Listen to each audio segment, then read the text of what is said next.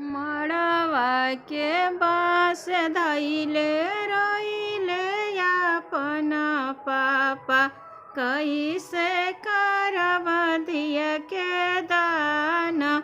मड़वा के बाँस धइले रहिले अपन पापा, कैसे करब धिया के दान।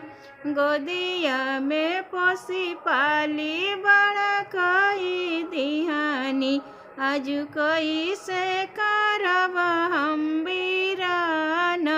आजु कैसे करब हम वीरान।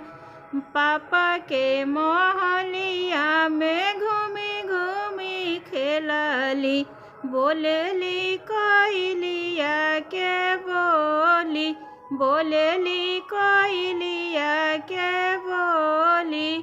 लक्ष्मी स्वरूप बेटी घर छोड़ी चलली, लक्ष्मी स्वरूप बेटी घर छोड़ी चलली।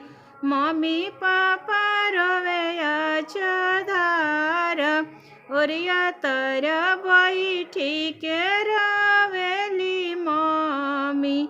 आंगना में भैया हमारा, आंगना में भैया हमारा, डोलिया चढ़ावेली सखी सब दुलारी।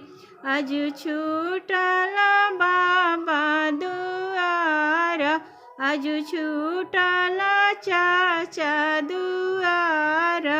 डोलिया चढ़ावेली सखी सब दुलारी, आजु छूटल भैया के साथ, आजु छूटल भैया के साथ।